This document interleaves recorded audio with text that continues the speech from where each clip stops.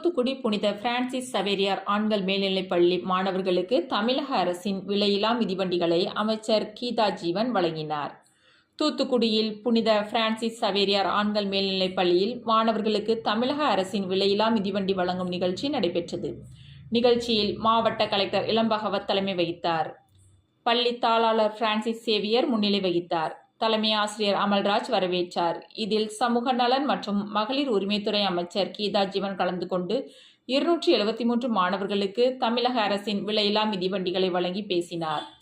நிகழ்ச்சியில் முதன்மை கல்வி அலுவலர் சங்கீதா சின்னராணி, மாவட்ட பிற்படுத்தப்பட்டோர் மற்றும் சிறுபான்மையினர் நல அலுவலர் செந்தில்வேல் முருகன், மாவட்ட கல்வி அலுவலர் சிதம்பரநாதன், பள்ளி உதவி தலைமை ஆசிரியர்கள் வளனரசு, ஜார்ஜ், பீட்டர் பாபு, ஆசிரியர்கள் நெல்தல் ஆண்டோ, சாக்ரோ, பெனிட்டன், பெருமாள் கோவில் அறங்காவலர் குழு முன்னாள் தலைவர் செந்தில்குமார் மற்றும் டேனியேல், கல்யாணசுந்தரம், மணி, அல்பர்ட் உள்ளிட்ட பலர் கலந்து கொண்டனர்.